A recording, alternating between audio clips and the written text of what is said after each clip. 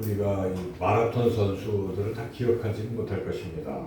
저 역시 잘 기억을 못하는데 어릴 때부터 이렇게 듣던 선수가 있었습니다. 아베베 하면 아마 여러분들도 혹시 기억이 나실지 모르겠어요.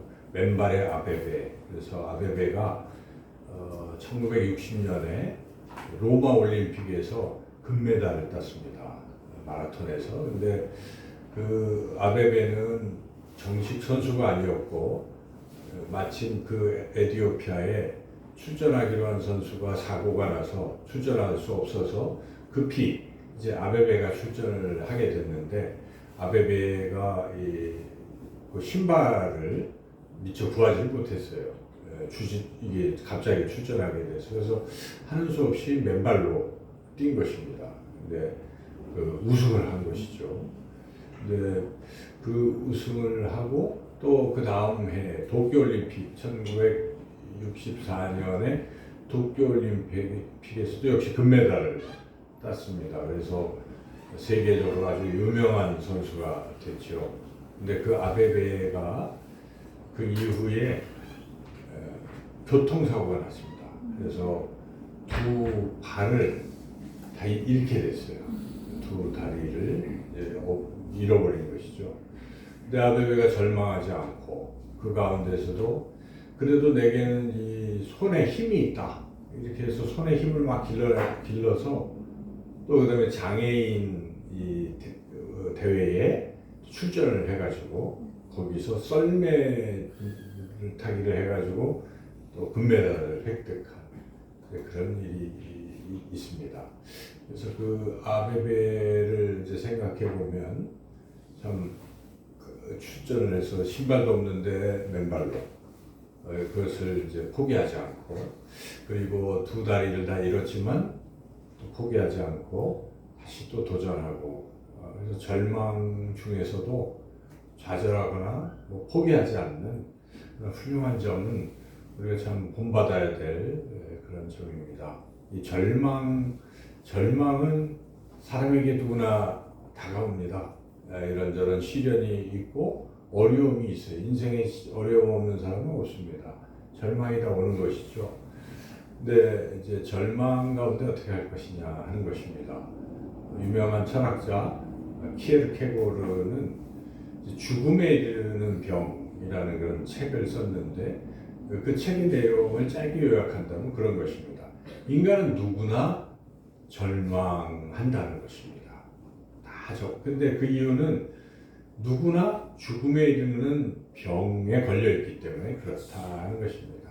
본인은 모르지만 결국 죽게 되는 거 아니지 않습니까? 그런데 그 죽음에 이르기 때문에 절망하지 않을 수 없는 것이죠. 살면서 그것을 깊이 생각하면.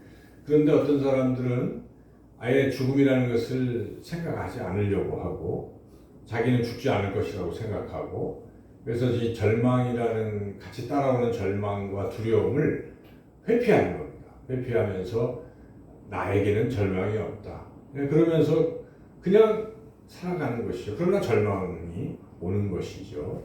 또 어떤 사람들은 절망을 이제 생각하는 거죠. 느끼는 것이죠. 그나마 그 사람은 조금 가능성이 있는 그래서 절망을 어떻게 이겨볼까 하지만 역시 이겨내지 못하는 것이 인생인 것입니다. 근데 키에르케고르는 철학자이면서도 또한 하나님을 믿는 사람이기 때문에 그가 내린 결론, 죽음에 이르는 병이라는 책 우리도 읽어볼 만한 참 귀한 책인데 그 결론으로 이 절망을 이기는 것은 신에 대한 믿음뿐이다. 이렇게 철학자가 철학적인 논리로 결론을 내린 거예요. 그래서 결국은 이 믿음이 하나님에 대한 믿음이 절망을 이길 수 있는 길이다. 그렇게 이야기한 것입니다. 우리가 이 시편 말씀을 이제 많이 묵상하지 않습니까? 그 시편 말씀 가운데에 시편 42편 5절에 시인이 자기 자신을 향해서 내 영혼아 어찌 낭망하느냐 그런 시가 있어요. 그런데 어찌 두려워하느냐 하면서 시인이 얘기한 것은 하나님께 소망을 두라. 그러면 하나님을 찬양하리라. 이렇게 10편 42편 5절 말씀인데 굉장히 우리에게 큰 감동을 줍니다. 거기에 키에르케고르가 말한 게 다 압축되어 있는 듯해요. 우리 믿음의 사람들이 겪는 그런 거예요. 우리가 다 힘들고 어렵잖아요. 그래서 참 뭐 어쨌든 도저히 해결할 수 없는 그런 어떤 사건을 만나고 힘들면, 저도 그런 사건을 만나면 참 절망스러울 때가 있어요. 절망스러워서 가슴이 떨리고 두렵기도 하고 그런 순간들이 있어요. 너무 놀래고 그런 순간들이 있는데 해결이 안 되는 것이죠. 그런 상태. 그런데 그런 가운데서도 저도 하나님 앞에 그냥 엎드려서 기도를 할 때 놀랍게도 하나님은 평안을 주십니다. 그래서 마음이 이렇게 평안해지는 그걸 체험을 하게 되는 것이죠. 그래서 우리 연약한 인간들이 이 절망을 이겨내는 게 무엇일까? 그것은 딱 한 가지밖에 없는 것 같아요. 하나님 앞에 나아가서 하나님 도와주세요. 그리고 하나님을 바라볼 때 하나님께서 우리에게 해결책을 주시고 소망을 주시고 또 일어나게 하시고 또 회복시켜 주실 줄로 믿습니다. 그래서 절망에서 회복으로, 오늘 설교 제목을 그렇게 제가 잡아봤는데 그 핵심은 하나님이십니다. 그래서 오늘 이 에스겔서 37장 말씀은 저와 여러분이 잘 아는 말씀이에요. 마른 뼈에 환상이라는 제목이 붙어 있고, 그 마른 뼈가 큰 군대를 이루는 그러한 환상을 에스겔이 본 것입니다. 근데 그것은 하나님께서 보여주신 것이에요. 지금 이스라엘 백성은 죄를 져서 포로로 끌려갔어요. 1차 포로, 2차 포로, 3차 포로 있는데 포로로 끌려갔는데 1차 포로 끌려갔을 때 이 끌려간 사람들과 함께 에스겔이 같이 그발 강가에서 이렇게 본 환상인데 그 가운데에 이스라엘 백성들이 소식을 들었습니다. 어떤 소식을 들었냐면 고국에서 들려오는 소식이, 자기네들 포로로 있는데 고국이 진짜 이제 3차 포로 때는 완전히 멸망하는 거죠. 그래서 예루살렘 성이 함락이 되고, 그리고 그들이 그렇게 소중히 여기는 성전도 무너져 버린 것입니다. 해파되고, 그래서 더 이상 희망이 없는, 하나님도 떠난 듯한 이런 절망 가운데서 포로로 끌려왔던 이스라엘 백성이 더 이상 희망은 없다. 우리는 완전히 마른 뼈같이 됐다. 이렇게 절망하고 있을 때 하나님께서 아니다 하고 에스겔에게 나타나셔서 환상을 보여주신 것입니다. 아니다. 절망에서 다시 회복될 수 있다 하는 것을 알려주시고 그것을 이스라엘 백성에게 말하라 하는 것입니다. 그래서 오늘 이 본문이 그러한 말씀입니다. 그래서 우리가 이 말씀은, 하나님의 말씀은 항상 살았고 운동력이 있는 것이고 과거의 사람들에게나 이스라엘 백성에게나 오늘 우리에게도 동일하게 주시는 그런 말씀인 줄로 믿습니다. 그래서 우리가 이 말씀을 생각하고 이 말씀을 믿는 것입니다. 그럴 때 우리의 상황 속에서 우리가 어떤 절망에 있을지라도 이 절망이 회복으로 바뀌게 될 줄로 믿습니다. 그래서 오늘 본문 말씀을 좀 더 우리가 깊이 생각해 보면서 과연 하나님께서는 어떻게 우리를 회복시키기를 원하시는지 그 과정을 우리가 함께 말씀을 통해서 은혜를 나누고자 합니다. 하나님께서는 첫째로 사람의 상식에 의존하면서 안 된다 이렇게만 말하고 있지 말라는 그런 것이죠. 그러니까 처음에 절망을 만날 때 우리가 생각을 해보면 이건 도저히 안 될 것이다, 불가능하다. 그래서 그 절망에서 더 깊은 절망으로 빠지는 게 보통의 사람들입니다. 그러지 말라는 것입니다.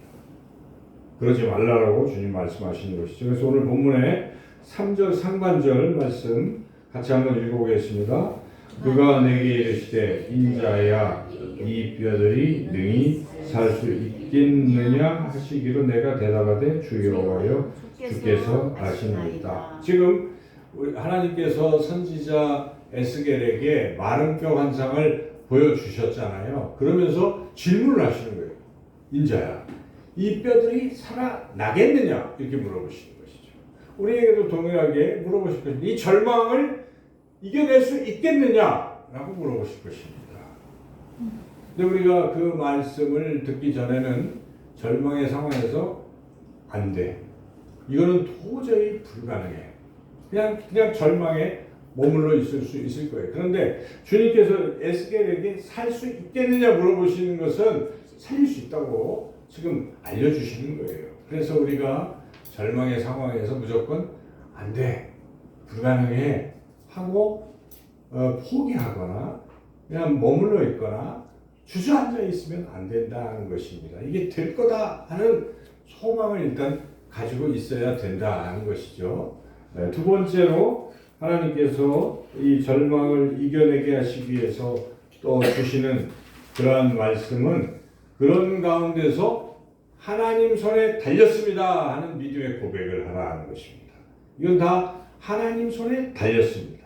안 돼, 내 힘으로 안 되지만 가능성이 있는 것이고 하나님 손에 달렸습니다 하는 믿음의 고백이 필요하다는 것입니다. 오늘 우리 읽었던 3절 말씀에 에스겔의 대답에 우리가 주목을 해야 돼요. 에스겔이 하나님께서 이 능히 뼈들이 살겠느냐 물어보실 때 뭐라고 대답합니까? 여호와여 주께서 아시나이다.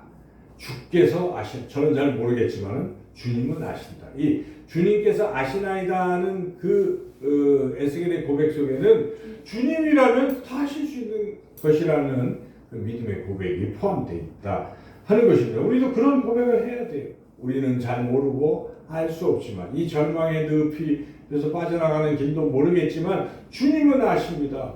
주님은 아십니다. 주님은 하실 수 있습니다 하는 그러한 믿음의 고백을 저와 여러분들이 하시기를 주님의 이름으로 축원합니다. 그리고 이제 그런 단계에서 우리가 주님을 의탁하는 단계에서 그다음에 세 번째로 해야 될 아주 중요한 것이 있어요. 그것은 이제는 주님의 음성에 귀를 기울이기 시작해야 돼요. 우리가 이 절망 가운데 그냥 자포자기한 것이 아니라 할 수 있을 것 같아, 주님이 하실 수 있을 것 같아 하는 기대감을 가지고 다음에 할 일은 무엇이겠습니까? 주님이 어떻게 하시는지를 들어야 돼요. 그래서 주님의 하시는 말씀에 우리가 귀를 기울여야 된다 하는 것입니다. 그래서 주님께서 에스겔에게 뭐라고 말씀하십니까? 이어지는 말씀 속에 주님이 에스겔에게 하시는 말씀이 4절입니다. 그 주께서 하시나이다 할 때 주님께서 하시는 말씀 4절 같이 한번 읽어보겠습니다. 또 내게 이르시되 너는 이 모든 뼈에게 대언하여 이르기를 너희의 말은 뼈들아 여호와의 말씀을 들을지어다. 뼈들아 말씀을 들을지어다. 뼈들이 그 상태에서 다시 일어설 수 있는 길은 무엇입니까? 여호와의 말씀을 들으라는 것입니다. 여호와의 말씀을 들을지어다. 그러니까 우리가 절망에서 일어설 수 있는 유일한 길이 무엇입니까? 그 길은 하나님의 말씀을 듣는 것입니다. 여러분 이게 얼마나 중요합니까? 다 사람의 소리를 듣는 게 아닙니다. 내 마음속에 무슨 소리를 듣는 것도 아니에요. 어떡하나 그것이 아니라 주님 어떻게 할까요? 하고 주의 말씀에 귀를 기울이면 성령께서 세미한 음성으로 우리에게 분명히 말씀해 주신 너는 이렇게 하라 저렇게 하라 길을 열어주시는 것입니다. 삶에서 경험하지 않습니까? 그 가운데 우리는 처음에는 그냥 지푸라기도 짚고 싶은 심정으로 사람들의 소리에 자꾸 귀를 기울이려고 하지만 멈추고 하나님의 말씀에 귀를 기울여야 된다는 것입니다. 그래서 여러분 이 성경이라는 게 얼마나 소중한 것입니까? 성경은 하나님의 말씀입니다. 그 안에 다 해답이 있는 것입니다. 그래서 우리가 늘 말씀을 묵상하고 늘 생각하고 할 때에 우리 삶의 이런 어려운 절망의 상황에서도 하나님의 말씀이 우리에게 들리는 것입니다. 성령이 하신 것이 그것입니다. 생각나게 하는 것입니다. 우리 속에 있는 이 말씀을 자꾸 떠올려 주시고 생각나게 하시는 분이 성령이 하시는 것이에요.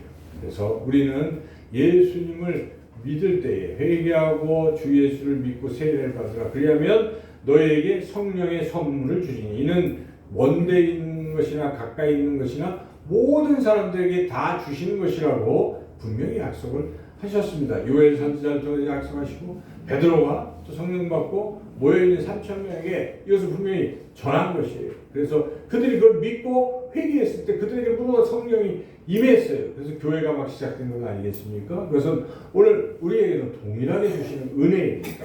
그래서 우리가 우리 안에 이미 예수 믿을 때 성령이 계시기 때문에 성령은 분명히 우리 안에서 진리의 영으로서 우리의 모든 걸 생각나게 하시는 분이시기 때문에 우리가 말씀을 자꾸 묵상하고 읽고 하는 이런 훈련과 이것은 우리가 절대 포기해서는 안 될 일이죠. 그것이 우리의 어떤 절망과 위기를 이겨낼 수 있는 가장 큰 힘이 되기 때문에 저와 여러분이 하나님의 말씀에 귀를 기울이시기를 바랍니다. 그런데 그 말씀의 내용이 무엇입니까? 하나님께서 에스겔에게 주시는 말씀 들을지어다 하고 우리가 들어야 될 말씀이에요, 여러분. 우리가 하나님 들어야 하나님의 말씀, 이 성경 66권을 통해서 들어야 될 진리의 말씀이 이런 것입니다. 5절, 6절 같이 한번 읽어보겠습니다. 주 여호와께서 이 뼈들에게 이같이 말씀하시기를 내가 생기를 너희에게 들어가게 하니 너희가 살아나리라. 너희의 힘줄을 내고 살을 입히고 가죽으로 덮고 너희 속에 생기를 넣으니 너희가 살아나리라. 또 내가 여호와인 줄 너희가 알리라 하셨더라. 너희가 살아나리라. 이 말씀이 반복되고 있지 않습니까? 5절 6절에 하나님 우리에게 원하시는 것은 우리를 살리기를 원하시는 것입니다. 우리가 아무리 절망 가운데 있을지라도 죄 때문에 심판을 받아서 그 바벨론 포로로 끌려갔던 이스라엘 백성이 있지만 하나님의 백성이기 때문에 하나님의 자녀이기 때문에 하나님이 약속하시는 것은 너희가 살아나리라 하는 것입니다. 우리가 죄 가운데서 또는 어떤 그 절망 가운데서 하나님 우리를 다시 살리기를 원하시는 줄로 믿습니다. 저와 여러분은 하나님의 자녀이기 때문에 그렇다는 것입니다. 그래서 하나님이 다시 살아나리라 하는 음성을 들어야 돼요. 여러분 주위에 와서 설교를 할 때 뭘 들어야 되겠습니까? 물론 우리가 열심히 하나님을 잘 섬겨하는 얘기도 들어야 되지만 늘 복음이에요. 주일마다 들리는 말씀은 하나님 우리를 사랑하신다는 말씀이고 내가 너희를 살려주겠다는 그런 말씀입니다. 너 일주일 동안 아무리 너희들이 그런 가운데 있었어요. 내가 너희를 사랑하기 때문에 너희를 살려줄 것이라는 음성을 늘 들으시기를 축원합니다.